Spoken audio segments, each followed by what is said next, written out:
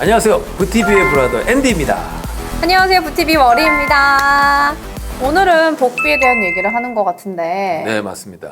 근데 복비라는 말이 이제 우리가 이제 일상적으로 사용 많이 하시지만 네. 그 정식 용어가 있죠. 중개 보수. 네. 중개사분들이 그냥 막 가져가시는 게 아니라 본연의 임무를 하시고 거기에 정당한 대가를 가져간다. 이런 의미에서 이제 중개 보수로 이렇게 명명되었습니다. 또 저희도 이렇게 사용하는 게 맞죠, 또. 그러면은 공인중개사분들이 집 한번 보여주고 그냥 바로 그 자리에서 뭐 계약서 쓰고 이런 식으로 계약 성사되는 일이 많잖아요. 많죠. 사실상 우리가 수수료에 비해서 얻어가는 건 많이 없는 것 같거든요. 그렇게 생각하시면 안 되는 부분들이 있습니다. 뭐냐? 첫 번째, 부동산 같은 경우에는 금액이 크잖아요. 맞아요. 그러니까 낭패를 한번 보면은 이게 수천만 원에서 수억까지도 문제가 생길 수가 있습니다.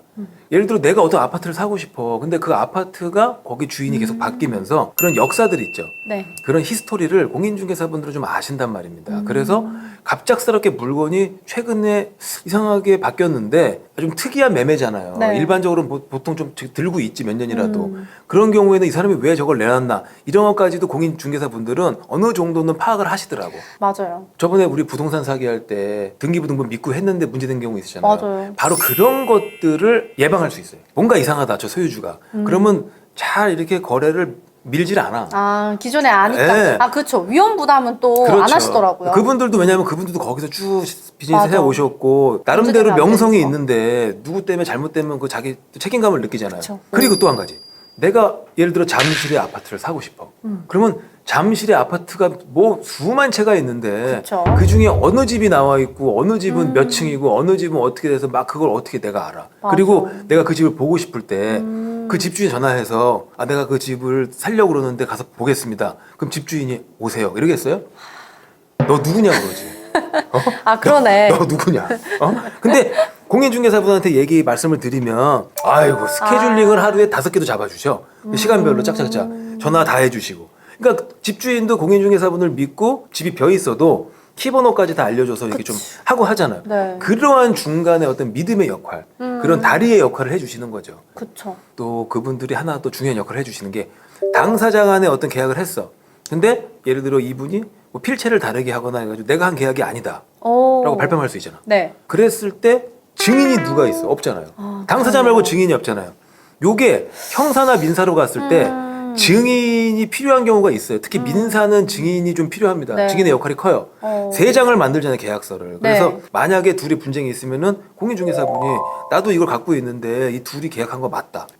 그렇기 때문에 이분들을 통해서 네. 우리가 거래를 하면 보다 많은 정보를 갖고 보다 안전하게 할 수 있는 거거든요. 그래서 거기에 대한 대가로 중개 보수가 지급되는 것이고요. 근데 우리가 복비를 내잖아요. 생각보다 복비가 좀 많이 내는 것 같은 느낌이 들더라고요. 느낌적인 느낌이. 네, 그런 느낌 충분히 가질 수 있습니다.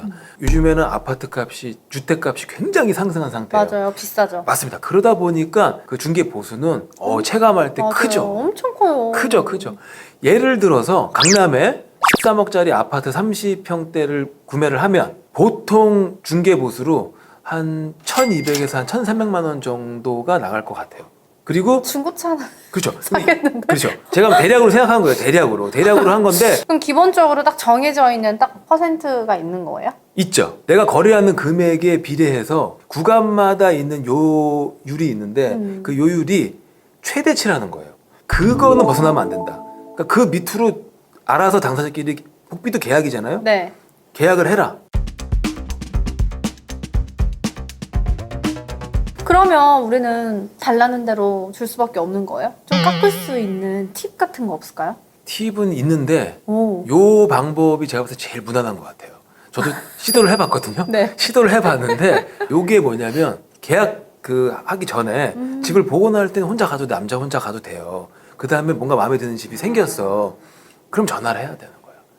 여자친구 내지 엄마, 선배 누나 이렇게 해서 연락을 해서 여자랑 같이 가서 중개 보수에 대한 얘기가 딱 나왔을 때 요율에 대한 얘기가 나왔을 때 본인은 빠지는 거예요. 전화 받는 척하고 나가는 거죠.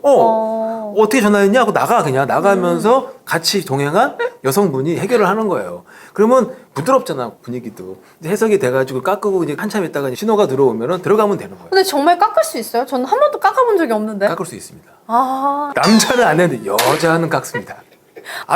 예를 들어 양복을 딱 입고 갔는데 거기 계시는 사장님이 막 사장님 하면서 막 커피 타셔서 막 앞에 깔고 이랬는데 0.15% 깎아야 되겠는데 이게 나오겠냐고. 까오고 안 사는구나. 안 산다고 안 사. 네. 까오네. 그러니까 여성의 힘이 에이씨. 필요한 거예요. 근데 요게 재미난 게 매도자 우위의 시장에서는 물건은 별로 없는데 매수인이 많아 사고자 네. 하는 사람이 그러면 집을 파는 사람은 조금 더 많이 좀 낮출 수가 있어요. 왜요? 왜냐하면은 살 사람이 많기 때문에 팔기만 하면 돈이 되잖아. 그쵸. 그리고 사는 사람은 살 사람이 많기 때문에 경쟁이 있잖아. 네. 그러니까 그 중개 보수를 낮추면 다른 사람 골라서 가면 된단 말이에요. 예? 나 말고도 뭐 줄을 섰는데 그렇기 때문에 이 사람들은 보통 그 상한 요율 그대로 적용하는 경우가 많고 파는 사람 입장이 좀 줄일 수 있고 또 반대로 물건은 많은데 살 사람이 별로 없어. 그러면 깎아줄 테니까 사라. 근데 좀 싸게 해서 살 수가 있는 거죠. 그렇게 암암리에 움직이는 게 있습니다. 근데 물론 말 안 하면은 뭐 다 받을 수도 있지만 그쵸. 이런 것들을 알고 그런 시장 속에서는 한번 말을 던져보세요. 우리 미국 전문 지금 공인중개사잖아요. 네네. 미국에서 거래할 때는 어떤 다른 점이 있나요? 거의 똑같습니다. 거의 똑같은데 이제 미국 같은 경우에는 당사자 간에 송금 같은 걸 안 해요. 우리는 이제 집주인 송금하라고 그러잖아요. 네. 계약금이라든지 뭐 중도금, 잔금을 계좌번호까지 계약서에 딱 써 있어요. 그렇죠. 미국 같은 경우에는 에스크로라는 단계가 있어서 에스크로 컴퍼니에서 네. 한쪽에 집과 한쪽에 돈을 딱 지들이 들고 있어. 어. 들고 있다가 다 합의가 끝나고 계약 내용대로 끝나고 집에 하자가 없는지 다 컨펌이 되고 네. 그 다음에 집과 돈을 바꿔줘. 오, 좋다. 네. 되게 깔끔하네. 깔끔하죠. 그런 차이가 있고 또 한 가지는 이제 한국 같은 경우에는 이 부동산 사무실에서 네. 실장님들이 계시잖아요. 네네. 미국은 실장님이라는 분이 이제 거의 없다고 보셔야죠. 오로지 공인중개사만이 관여해야지 이외의 사람이 들어올 수가 없어요. 미국은. 진짜요? 네, 근데 우리나라는 약간 이 엄마 하면 자식도 하고 막 아들도 하고 딸도 하고 막 이런. 아니 그거는 경우가 되게 많죠. 자격증 있으면 가능하죠. 근데 문제는 한국 같은 경우에는 이제 자격증이 없어도 그냥 보여주는 거는 가능한 걸로 알고 있습니다. 집 그쵸, 같은 그쵸. 거 구경 같이 네, 이렇게 해서. 제가 방금 말씀드린 그죠? 게 그거예요. 보조원이. 네. 하지만 미국은 그런 거 자체가 모두 공인중개사 자격증 있는 사람만이 할 수 있어요. 그런 차이가 있는데 좀 더 확실한 것 같아요. 근데 저는 어떻게 생각하냐면 오히려 중개 보조원이 자격증은 없지만 네. 뭘 상냥하거나 또 이렇게 서비스적인. 서비스 정신이 좋아. 네. 그러면은 고객하고 함께 다니면서 고객도 기분 좋게 집 보는데 뭐 큰 문제가 뭐 없잖아요. 그쵸. 웃으면서 보고 와서 서류는 예민한 분이 다 작성해주면 완벽하잖아. 네. 그렇게 하는 게 더 좋을 것 같아요. 오. 왜냐하면 라이센스로 너무 한정을 해버리면 그런 서비스 정신이 있고 능력 있는 분들이 활동을 못 하시잖아요. 또. 그러니까 장단점이 다 있는데 저는 한국 쪽이 조금 더 좋아 보인다. 저한테 좀 재미난 에피소드가 있습니다. 네, 뭐죠? 이게 뭐냐면 미국 같은 경우에는 큰 상가라든지 건물을 또 비싼 집을 거래하면은 이거 소유자분이 능력이 되신 분들이어서 개인 변호사가 있어요. 오. 그래서 이게 표준적인 계약서를 안 쓰고 그쪽 변호사가 계약서를 이만큼 만들어. 그러면 당사자가 내가 딱 보면은 이걸 언제 보냔 말이야. 못 보죠. 그럼 처음에만 몇 개 이렇게 봐요. 그럼 뭐 집 얼마에 팔고 뭐 얼마까지 계약금이 얼마고 나한테 얼마 몇 달 뒤에 돈을 주고 막 나와. 그런데 이거를 그냥 사인을 해버리면 난리가 나는 거야. 한 뭐 몇천 개의 조항이 있어. 뭐하고 막 있는데 맨 마지막에 전혀 상관없는 조항의 끝에 네가 이 집을 10년 안에 이 집을 팔았을 때 30만 불 이상의 수익이 나면 나랑 50대 50 나눠. 그게 들어가 있어. 문구가. 양아치는. 그렇지. 양아치 전문 용어 나왔는데 반가운데. 근데 8년 지났는데 100만 불이 떠 있는 거예요. 10억 이상이 12억이. 딱 팔려고 했더니 그쪽 변호사가 편지를 딱 보내는 거지. 50만 불을 날 주라. 내가 널 왜 주냐? 너는 계약을 했다. 이런 일이 벌어지는 거예요. 어머. 만약 공인중개사를 꼈으면 공인중개사는 이거 딱 잡고 던져버려. 어머. 안 한다고 걔. 그거 전문가가 봐도 못 읽어요. 그 많은 거를 이해하기도 힘들어요. 막. 손에 땀이 난다, 땀이. 그렇죠. 그런 것도 있었고 또 한 가지. 어떤 분이 이제 집을 살려고 갔어. 집이 너무 예뻐. 막 풀장도 너무 예쁘고 막 이런 거예요. 그 집이 2명이 자살을 한 집. 뭐야. 그 집 딸이 풀장에서 죽어요. 아.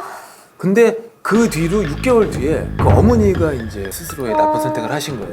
근데 공인중개사는 의무가 있어요. 그래서 그거를 다 얘기해 주는 거지. 몇 년도에 무슨 사건이 있었는데 알고 들어가라. 그러면 맞아. 들어가는 사람 입장에서는 깎고 들어갈 수 있는 찬스가 있는데 만약 그러지 못하고 당사자 간에 거래를 했다. 그러면은 나중에 다 끝난 다음에 그거 알면 어떻게 되겠어? 못 살죠. 못 살죠. 그래서 도대체 공인중개사는 누구 편인 거예요? 처음에는 이 집을 판다. 그러면 집이 나오잖아요. 그러면 처음에는 매도인 쪽으로 살짝 이렇게 기울죠.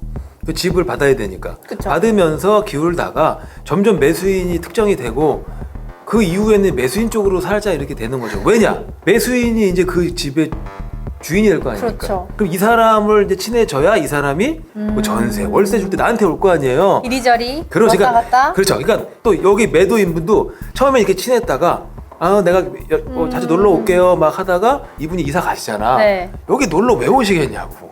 그렇지. 믹스 커피 먹으러 오진 여기까지 오진 않으시잖아요. 맞아. 그죠? 그냥 누구의 편도 아니지만 살짝의 이동은 있다. 여러분 오늘도 구독 잊지 않으셨죠? 다음에 또 만나요. 또 만나요.